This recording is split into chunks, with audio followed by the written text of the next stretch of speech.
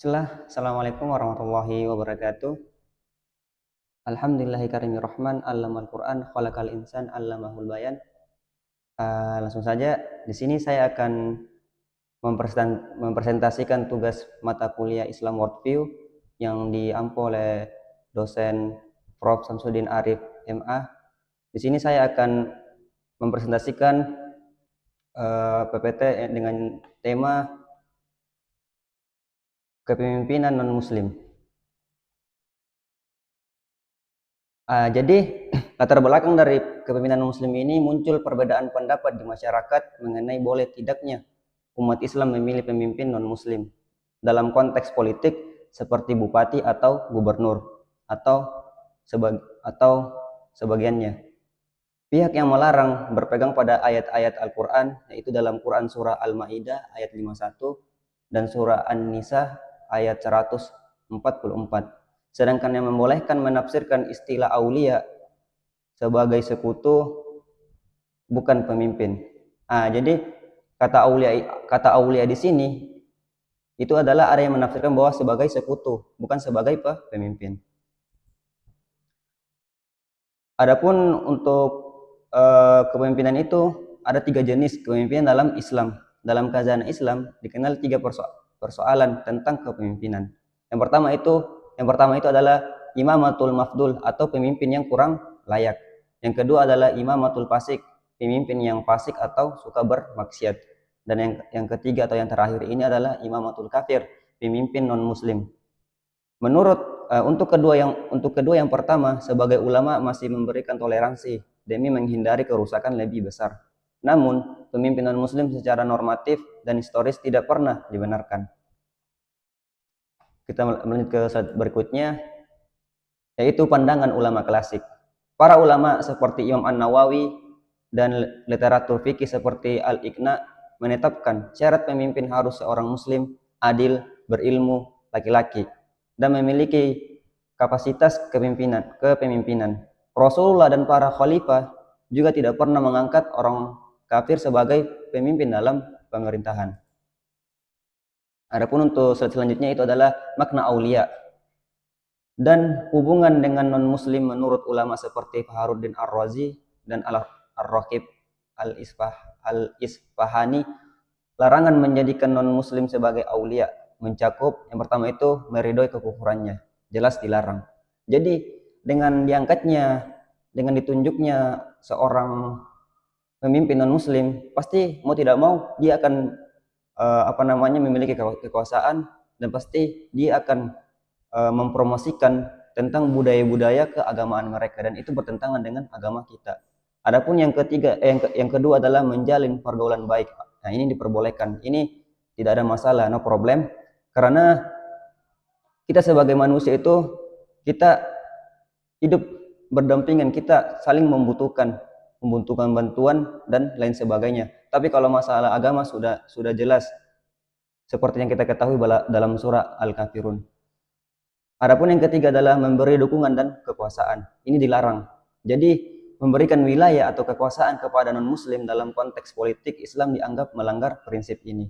Karena seperti yang tadi yang di atas ya, dengan diberinya kekuasaan kepada mereka, otomatis mereka mempunyai kuasa untuk mempromosikan budaya-budaya keagamaan mereka. Yang itu yang sudah dan jelas itu dalam agama kita itu dilarang karena itu bertentangan dengan ajaran agama kita. Adapun yang selanjutnya itu adalah keadilan non-muslim tidak cukup pernyataan bahwa Allah menolong negara yang adil meski kafir. Tidak bisa dijadikan dalil membolehkan pemimpin non-muslim. Dalam Islam, syarat keislaman lebih utama daripada keadilan dalam hal kepemimpinan. Jadi seperti yang kita ketahui bahwa ketika ada suatu negara atau suatu pemerintahan yang dimana itu adil, maka Allah Subhanahu Wa Taala akan menolongnya.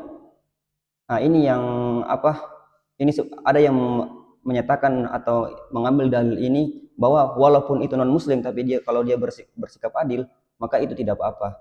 Tapi pernyataan ini tidak bisa dijadikan dalil karena membolehkan pemimpin non muslim membolehkan pemimpin itu yang pertama itu syaratnya adalah keislaman lebih utama daripada keadilan dalam hal kepemimpinan.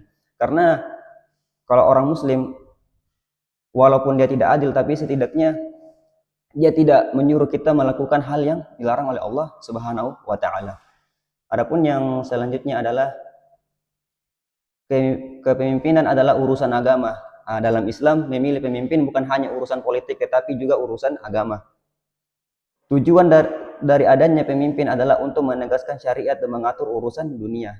Ini ditegaskan oleh Al-Mawardi dalam kitab Aqaid An-Nasafi yang menyebutkan bahwa imam atau pemimpin berfungsi melanjutkan tugas kenabian dalam menjaga agama dan mengatur dunia. Jadi pemimpin itu bukan cuma sebagai seorang pemimpin, tapi juga sebagai dia juga bertujuan untuk menegakkan syariat Islam. Jadi kalau misalnya pemimpin non muslim diangkat sebagai seorang pemimpin, pasti mau tidak mau dia akan bertentangan ketika ingin menegakkan syariat Islam, karena bertentangan dengan agama dan keyakinannya. Otomatis dia akan mengambil jalan tengahnya.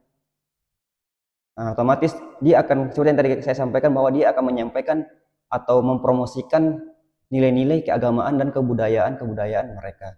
Jadi seorang pemimpin itu bukan cuma pemimpin, tapi dia juga untuk menegakkan syariat, untuk mengatur urusan dunia ini.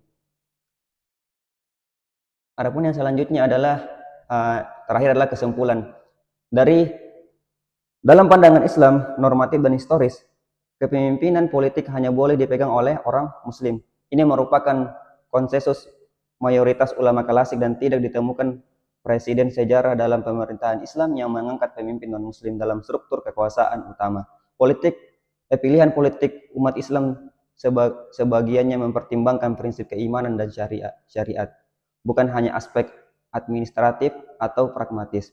Jadi semenjak zaman Rasulullah SAW hingga khalifah yang terakhir, yaitu khalifah Bani Utsmani, itu mereka tidak pernah mengangkat non-muslim itu sebagai pemimpin atau memegang suatu bagian-bagian yang terpenting atau tertinggi di kepemimpinan. Tapi ketika di kalangan Bani Umayyah dan Abbasiyah, di situ mulai goyah karena mereka mengangkat orang yang tidak terlalu paham dengan agama.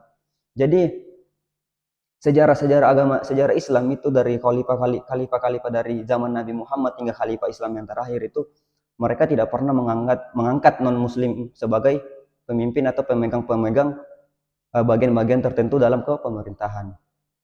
Jadi seperti yang tadi dijelaskan, bahwa walaupun dia adil, tapi dia sebagai seorang non muslim itu tidak meyakinkan keadilannya itu, karena bisa jadi ketika dia menjabat dari beberapa tahun kemudian, pasti dia akan mempromosikan tadi itu tentang nilai-nilai agama dan kebudayaan mereka, dan itu sangat sangat berlawanan dengan ajaran kita, karena keyakinan kita sebagai seorang muslim bahwa tidak ada ilah yang berhak disembah kecuali Allah Subhanahu wa taala. Jadi mungkin hanya ini yang bisa saya sampaikan pada presentasi saat ini. Mungkin hanya itu yang bisa saya sampaikan. Mohon maaf bila ada kata-kata atau penyampaian yang kurang baik. Akhirul kalam. Wassalamualaikum warahmatullahi wabarakatuh.